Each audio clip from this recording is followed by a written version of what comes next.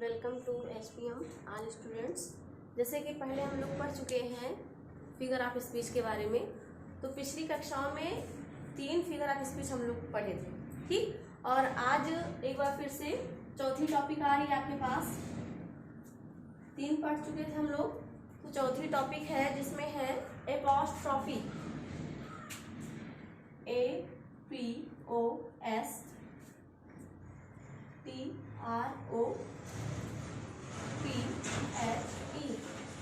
Apostrophe इसको हिंदी में बोलते हैं संबोधन।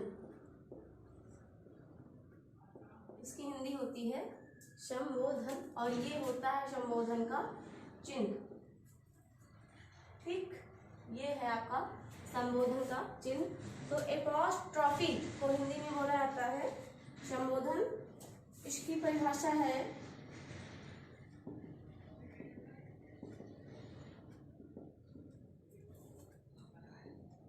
एन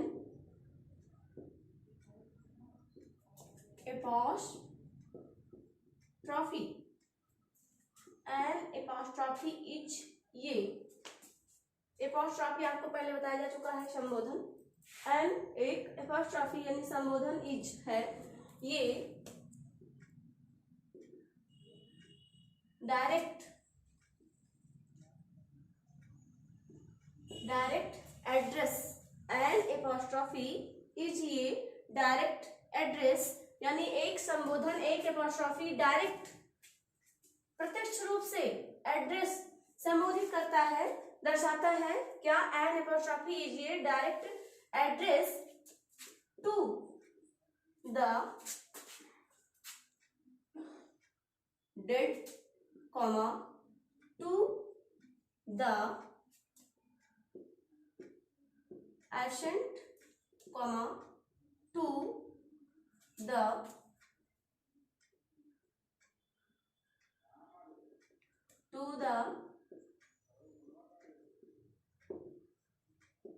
personified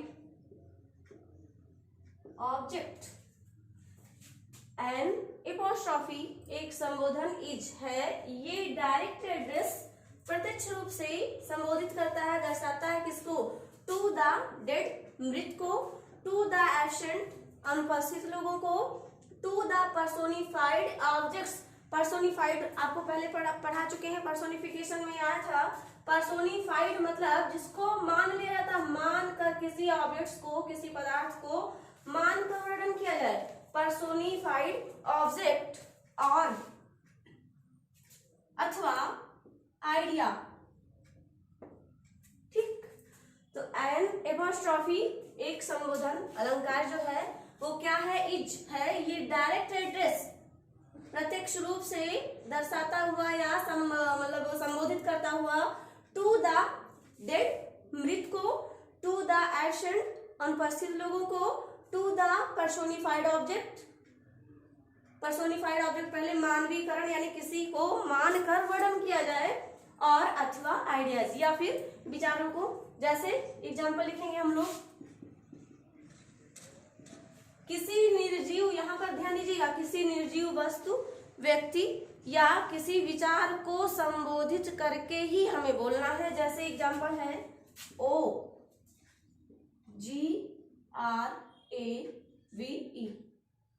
ग्रेव मीन्स होता है आपका कब्र। ग्रेव मीन्स होता है कब्र। ओ कब्र, where is thy victory। ध्यान दीजिएगा, तो ये कब्र शब्द आपका निर्जीव, इसको सजीव मानकर वर्णन किया गया है। इससे पूछा जा रहा है कि where कहाँ, इज है, दाई मीन्स होता है, जैसे यू मीन्स होता है तुम, उसी प्रकार दाव मीन्स तुम होता है विशेष, यानी भगवान के लिए, ईश्वर के लिए तुम यू का प्रयोग ना करके दाव का प्रयोग होता है। उसी प्रकार ये जिसको मान का वर्णन किया गया है यहाँ पर, उसके लिए भी दाई का ही प्रयोग हुआ, तो दाई मीन्स हो जाएगी तुम्हारी या तुम्हारा, ठीक। तो है कहाँ, इज है, योर यानी दाई, तुम्हारी, विक्टोरी मीन्स होती है विजय या जीत। तो ओ कब्र ग्रेव, ओ कब्र, वेयर इज दाई विक्टोरी, तुम्हारी विजय कहाँ है। तुम तो कह रहे थे कि हम अमर हैं या हम हमेशा जीते हैं, मनुष्य यानी हम मतलब मनुष्य की मृत्यु हो ही नहीं सकती, अमर है मतलब मनुष्य, तो ये कैसे हो गया कि तुम्हारी जीत कहाँ चली गई आज। तो ओ कब्र, O grave, where is thy victory, तुम्हारी जीत कहाँ है। दूसरा एग्जाम्पल एक और हम रखेंगे, ओ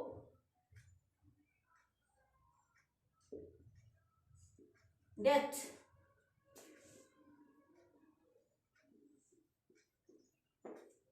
ओ डेथ, ओ मृत्यु, कम सून, जल्दी आओ। ठीक, यानी व्यक्ति जब परेशान होता है किसी कारणवश तो कभी कभी उसके मन में ये भाव आते हैं, तो वो अपने मन में ही बोलता है कि वो मृत्यु तुम कहाँ हो, जल्दी आओ। तो ये था एपॉस्ट्रॉफी का एग्जाम्पल। एपॉस्ट्रॉफी यानी संबोधन। संबोधन की परिभाषा एक बार फिर से देखिएगा। एन एपॉस्ट्रॉफी संबोधन, इज है ये डायरेक्ट एड्रेस, प्रत्यक्ष रूप से संबोधित करता हुआ, दर्शाता हुआ किसको, टू द डेड, मृत को, मरे हुए लोगों को, टू द एब्सेंट जो अनुपस्थित है, टू द पर्सोनिफाइड जो मान लिए गए हैं, पर्सोनिफाइड ऑब्जेक्ट्स जो जिन पदार्थों को मानकर वर्णन किया गया सजीव मानकर, और आइडियाज या फिर विचारों को। एग्जाम्पल आपके पास दोनों दिया गया है, दो एग्जाम्पल। आगे बढ़ते हैं हम।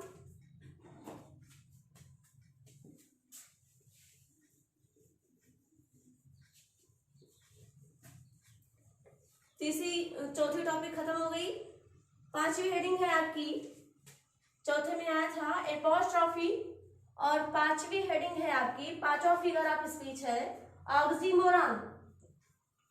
ऑक्सीमोरॉन मीन्स होता है विरोधाभास, जहां पर कोई एक किसी एक व्यक्ति या वस्तु की बात की जाएगी और उसके दो अपोजिट विरोधी गुणों को दर्शाया जाता है, वो होता है आपका oxymoron.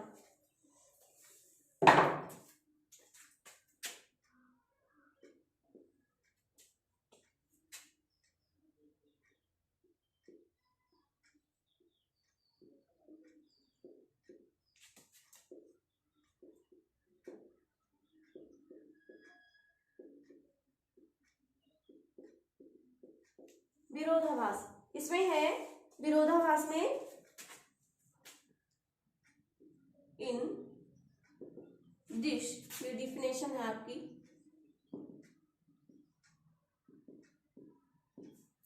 In this figure of speech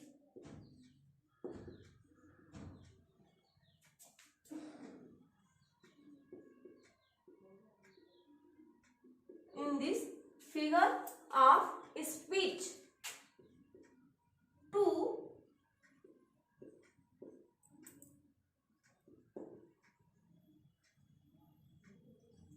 opposite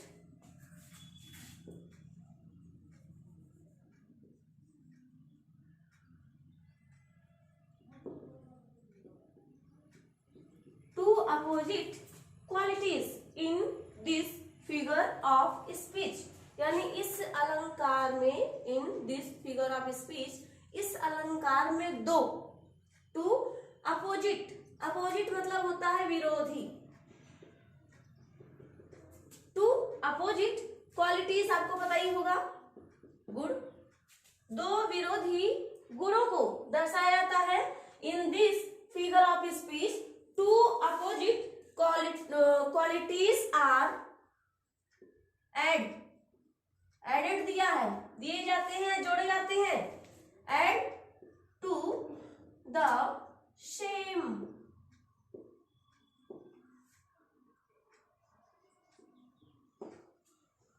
THING, same thing.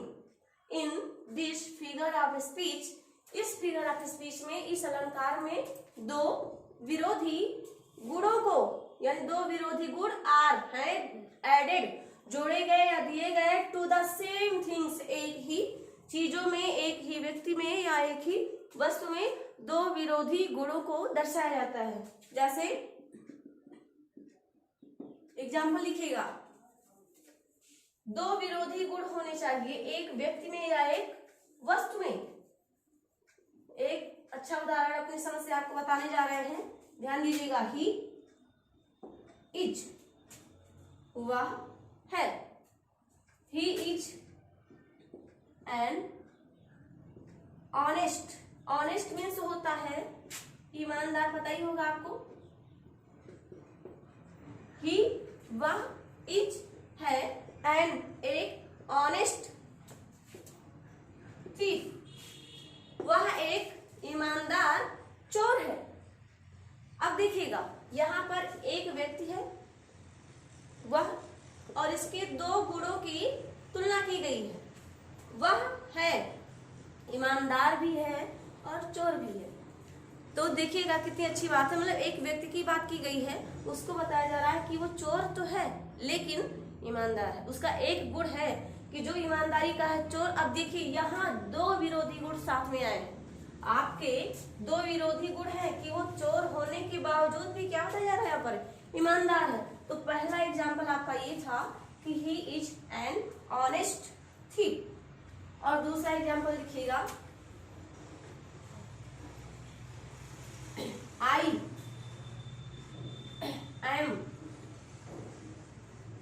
was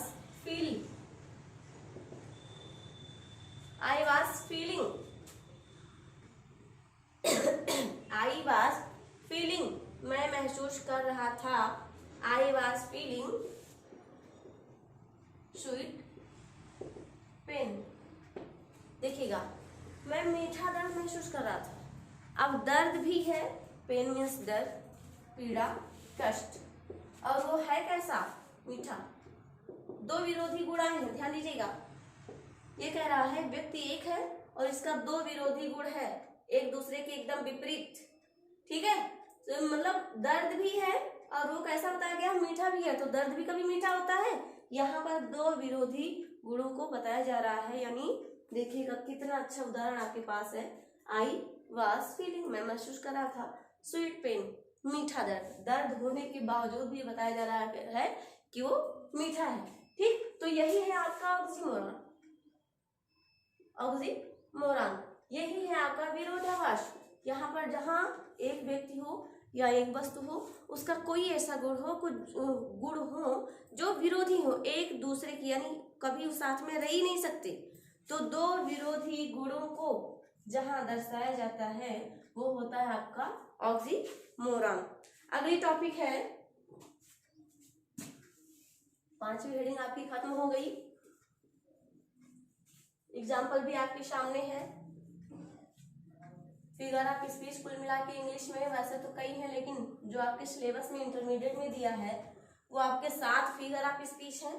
तो सातों फिगर्स ऑफ स्पीच में हम 5 पढ़ चुके हैं। 5 फिगर ऑफ स्पीच हम लोगों का हो गया है और 2 और शेष है। छठी पॉइंट है आपकी, छठी हेडिंग आप लोगों को डालना पड़ेगा, हाइपरबोल,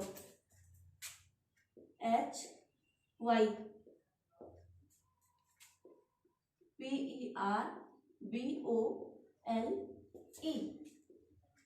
एक ही में है hyperbole.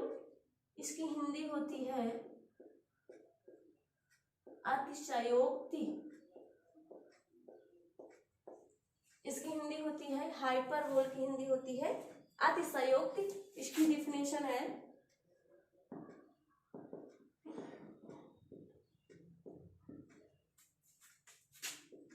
In this figure of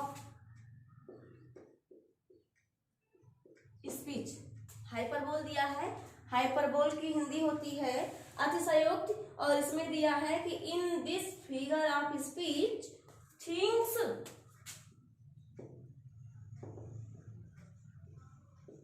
are, things मतलब वस्तुएं या चीजें, आर है सोन, दिखाई जा रही हैं।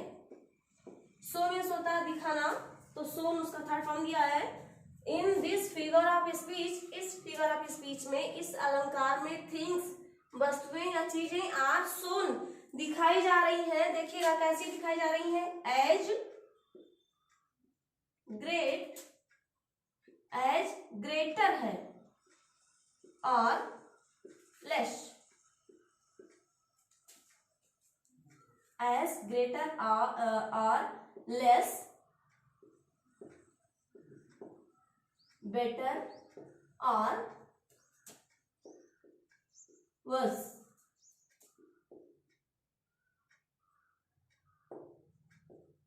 Then they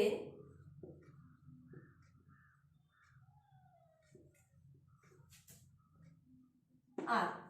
देखिएगा, इन दिस फिगर ऑफ स्पीच, इस अलंकार में, इस फिगर ऑफ स्पीच में थिंग्स चीजें या वस्तुएं आर शोन दिखाई जाती हैं, दिखाई जा रही हैं। कैसे? एज ग्रेटर और लेस, सबसे अधिक बढ़ाकर या सबसे अधिक घटाकर। ध्यान दीजिएगा, इन दिस फिगर ऑफ स्पीच, इस फिगर ऑफ स्पीच में थिंग्स चीजें आर है सोन दिखाई जा रही, एज ग्रेट और लेस, सबसे अधिक बढ़ाकर या सबसे अधिक घटाकर, बेटर और वर्स, सबसे अच्छा या सबसे बुरा, देन से, दे रियली आर, जिनसे वे वास्तविक रूप से अलग है। तो इसकी हिंदी परिभाषा हो जाएगी आपकी कि अतिशयोक्ति अलंकार वो होता है जिसमें किसी व्यक्ति की या किसी वस्तु की वास्तविक स्थिति ना बताई जाए, यही एक शर्त है। आप, और ये भी शर्त नहीं है कि उसको आप बढ़ाकर ही कह सकते हैं। कुछ लोग हाइपरबोल की यही परिभाषा समझते हैं कि किसी भी चीज को बढ़ा चढ़ा कर कहना, ऐसा कुछ नहीं है। किसी वास्तविक स्थिति को चाहे आप बढ़ा दीजिएगा चाहे घटा दीजिएगा, ये पॉइंट है। तो अतिशयोक्ति अलंकार यानी हाइपरबोल वो है जहां पर इन दिस फिगर ऑफ स्पीच, जिस अलंकार में किसी भी टॉपिक पर कोई भी चीज हो, कोई भी वस्तु हो, उसको ऐसा दिखाया जाए, चाहे सबसे अधिक बढ़ाकर दिखाया जाए या घटाकर दिखाया जाए, या फिर कम हो या ज्यादा, यानी बढ़ाकर या घटाकर, या अच्छा हो या बुरा, कुल मिला के उसकी वास्तविक स्थिति नहीं होनी चाहिए। जैसे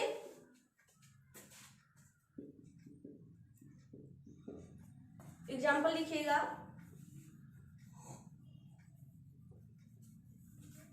सी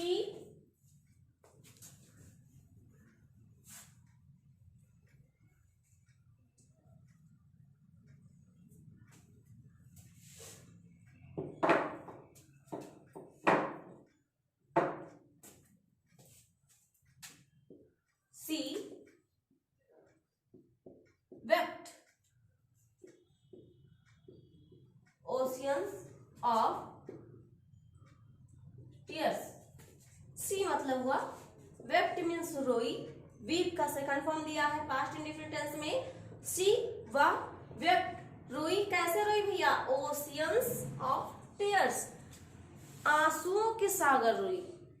अब ये देखिए, ये इसको बहुत बढ़ाकर ग्रेटर बताया गया, बहुत बढ़ाकर बताया जा रहा है। तो सी वेप्ट, वह रोई, ओशियंस ऑफ टीयर्स, आंसुओं के सागर। तो कोई भी इतना चाहे जितना भी रोएगा, कोई इतना नहीं रो सकता कि उसका सागर बन जाए। पहला एग्जाम्पल ये है आपका, और दूसरा एग्जाम्पल और आपके सामने दिया जा रहा है, रिवर्स ऑफ ब्लड, खून की नदियां,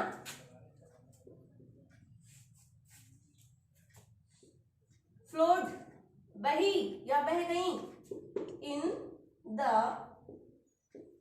बैटल, रिवर्स ऑफ ब्लड, खून की नदियां, फ्लोड बही, इन द बैटल, युद्ध में खून की नदियां बही।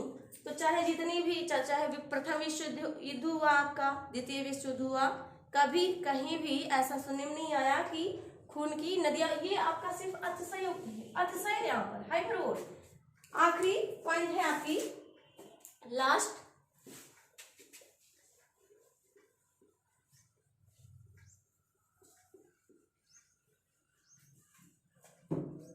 सातवीं पॉइंट है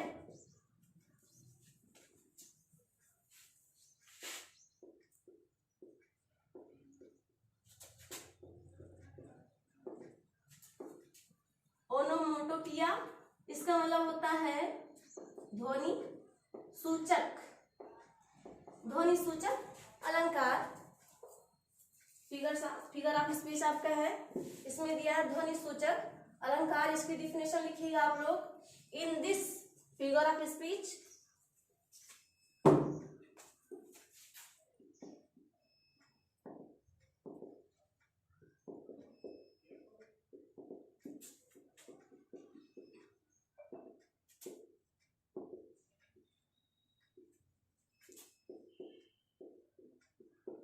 in this figure of speech the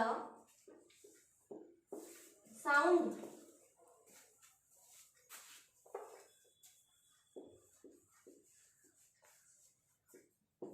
suggests क्या the sense or meaning in this figure of speech। इस अलंकार में द साउंड ध्वनि सजेस्ट भाव देता है या अर्थ बताता है या सुझाव देता है। द सेंस अर्थ और सेंस भाव और मीनिंग दिया है अर्थ। यानी इस अलंकार में इस फिगर ऑफ स्पीच में आप सिर्फ आवाज के माध्यम से ध्वनि के माध्यम से उसका भाव या अर्थ निकाल सकते हैं। एग्जाम्पल है, जैसे एग्जाम्पल देखिएगा, द कैट्स W, यही आपका है ध्वनि सूचक अलंकार। द कैट्स, बिल्लियां म्यू, म्यू मतलब होता है म्याऊ म्याऊ करना, ठीक। तो द कैट्स म्यू, बिल्लियां क्या करती, बिल्लियों की आवाज क्या होती है, म्याऊ म्याऊ। यानी ये आवाज अगर आप सुनेंगे तो आपको पता चल जाएगा कि बिल्ली बोल रही है। दूसरा एक एग्जाम्पल और देंगे आपको, द बीज, मधुमक्खी, the bees are buzzing, buzzing means होता है भिन भिनाना। मधुमक्खियां क्या करती हैं, भिन भिना रही हैं। द बीज आर बजिंग, मधुमक्खियां भिन भिना रही हैं। तो इसी से आपको पता चल जाएगा कि आवाज किसकी है। फिगर्स ऑफ स्पीच आपका खत्म हो चुका है। आज के लिए इतना ही, धन्यवाद।